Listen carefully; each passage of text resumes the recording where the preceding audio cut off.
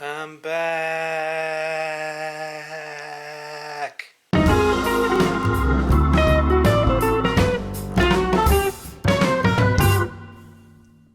Hey everybody, it's Ravenhawk6910 reporting once again. So, this is the first time I've been in front of the camera since September, so still got the beard, I'm still ugly, I'm still fat. So, Yahtzee.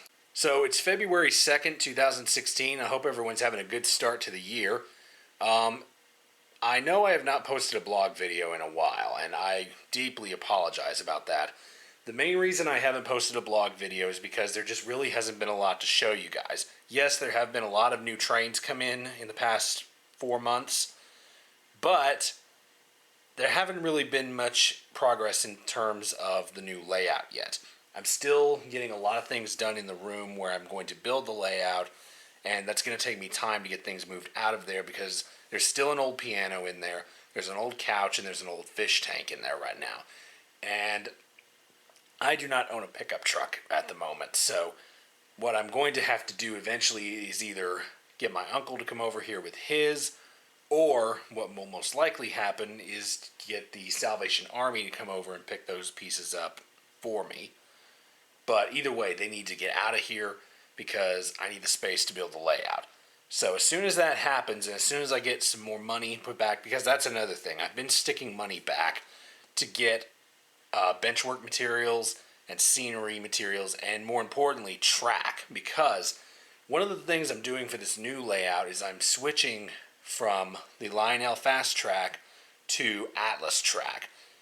While the Lionel track is good, and I have had no problems with it up to this point, ever since I have moved, I have been having problems with the track getting shorts in it. So I am just going to do away with the Lionel track. I'm still going to hold on to it, mind you, because it's very good for setting up tracks around the Christmas tree, and it's also good for laying out tracks to see what you want to do without doing anything permanent yet. So don't think I'm downing the fast track, because it's a very good track. In fact, it's been my bread and butter ever since I started O-Gauge.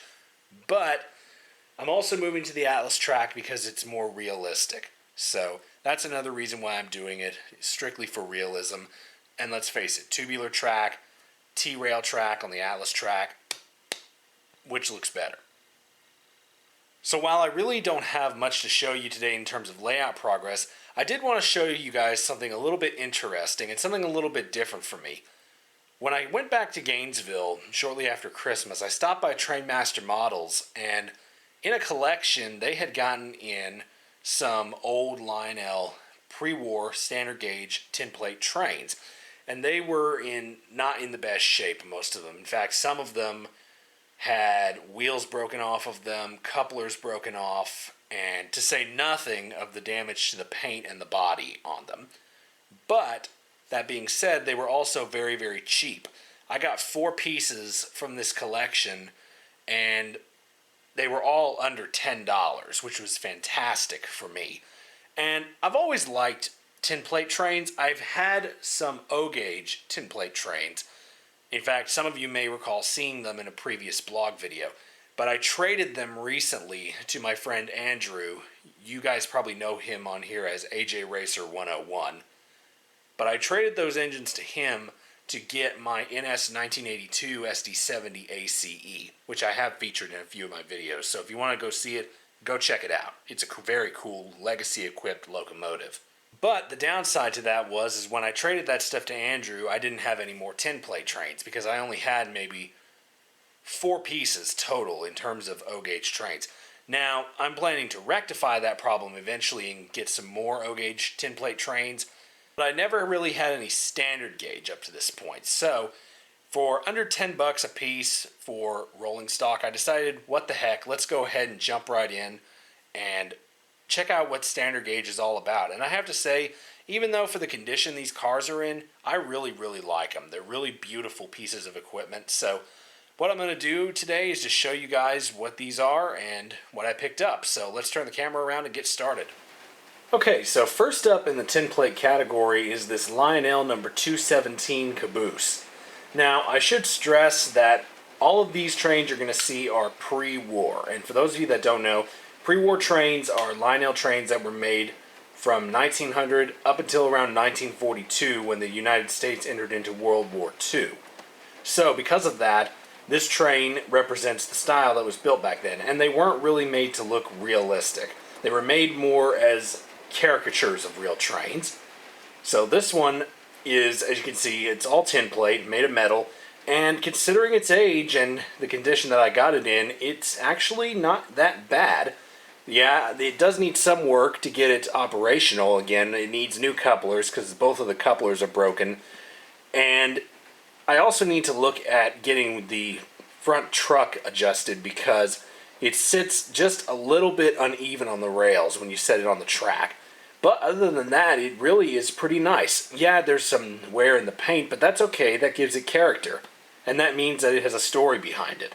And that's what's really nice about these pre-war trains. You never know where they've been, where they're going, because, I mean, let's face it, none of us are going to live forever, and we're going to pass this stuff on too. And considering that these trains were made in the 1930s, and here I am in 2016 recording a video on 4 pieces that I have, it's pretty cool that they're still around. So anyways, getting back to this caboose, this was really the first one that caught my attention in that collection. So I decided to get it, obviously. And like I said, all the other cars in the collection varied in terms of their condition. Some were in fairly decent shape, others were pretty much in shambles and were beyond recovery. But this one would be a pretty good candidate for restoration. Now, before you hang me up, let me explain. My version of restoration is just to the point of getting it operational. I do not plan on redoing the paint on any of these cars, at least not by myself. And I also understand that some forms of restoration do deteriorate the value of the car. Not that I'm buying anything for the sake of an investment, I'm doing it just for fun. But that is something to keep in mind if you do go looking for more expensive pre-war pieces like the Blue Comet or something in the line of that, like maybe a 400E, somewhere in that area. But there will be some replacement parts put on these cars eventually, like I said, new couplers, and probably new wheels as well. I'll go into more detail with the plans that I have for these cars as I move on to the next one. But as you can see, this caboose is probably in some of the better condition of all the ones that I got, aside from the couplers. Up next, we have a Lionel number 215 oil car, or tank car, depending on your preference. And again, this was made probably around the mid-1930s, and this is probably my favorite car out of all the ones that I got out of that collection. I just really like the dark green and the brass. I really think it looks really good together. Now, again, this car is not in perfect condition, as you can see, but that's okay because it gives it character, as I said. And the couplers are broken on this one, just like on the caboose.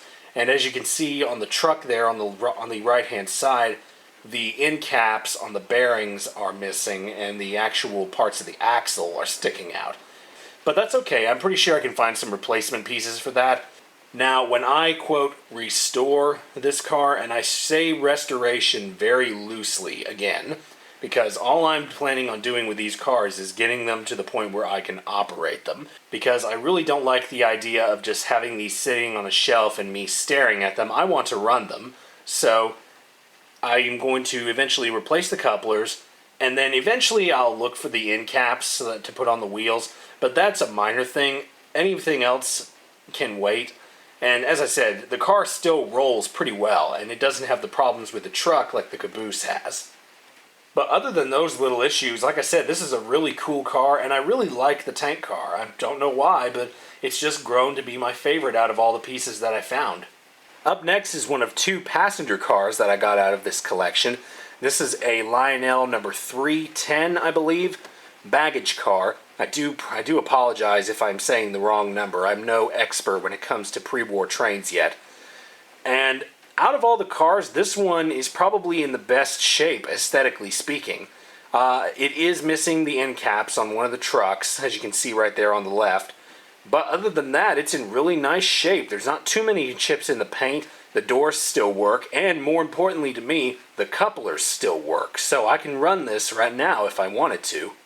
And finally, the last passenger car here is a Lionel number 309 coach. And again, I do apologize if I'm getting the wrong numbers with these cars. I'm no expert on tinplate, as I said. Now, this car, as you can see, the paint has definitely seen its share of wear, but it still is good from a mechanical standpoint. It still rolls, and the couplers still work. Now, I may look at replacing the wheels, because the wheels on this car are very heavy with rust, and I'm not sure if you can clean those up or not. But the biggest problem I have with this car is on the other side. I'm going to flip it around right now and show you. On the other side of the car, as you can see, the window inserts as well as the number and nameplate inserts, which by the way, those were all one solid piece, have been removed and are missing. And that's really a shame, because on this side of the car, the paint isn't nearly as banged up as it is on the other side. But other than that, I still really like this car, and all the doors still open, so that's a good plus. Now, I have not tested this on any sort of track yet, but it looks to me there's still a pickup roller on the bottom of one of the trucks, and there's still a wire that's running up through the bottom and over to a light bulb socket. There's no bulb in there right now, but it looks like it could still light up. So, what I might try to do eventually is see if I can get that bulb to work. But again, it's not top priority. As long as it runs, that's all I care about right now. Now, the biggest thing with this car is I will be looking to find the window inserts eventually. But again, this is just as time allows. So that was all the tinplate pieces that I picked up. And now I'm going to shift gears a little bit and show you guys something in the new MTH catalog that I'm planning to pick up. Okay, so I've gone ahead and grabbed the new MTH 2016 Volume 1 catalog, because in the back here are the new Mth Club Cars that are being offered for this year.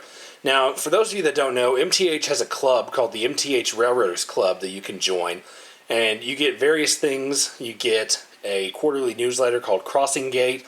You also get a membership card. You get a little pin that has the member year on there.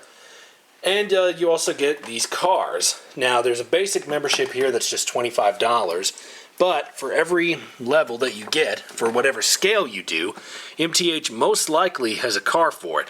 So there's an S-gauge car, there's a G-gauge car, HO, O-gauge, there's several options for O-gauge.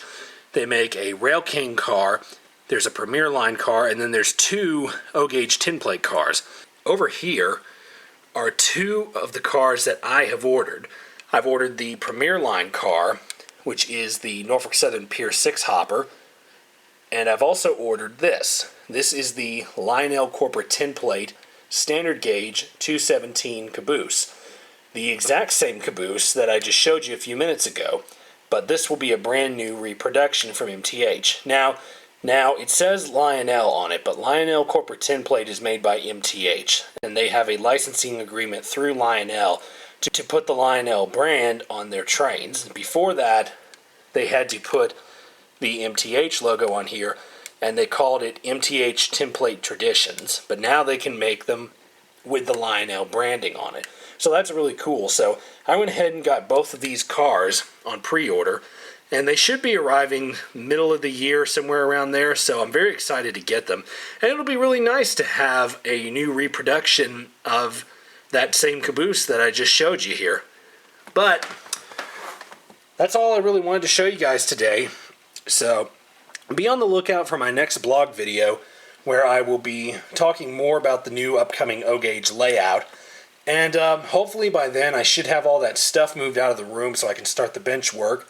And like I said, just stay tuned for that. And I will see you guys next time. This is Ravenhawk6910 signing off.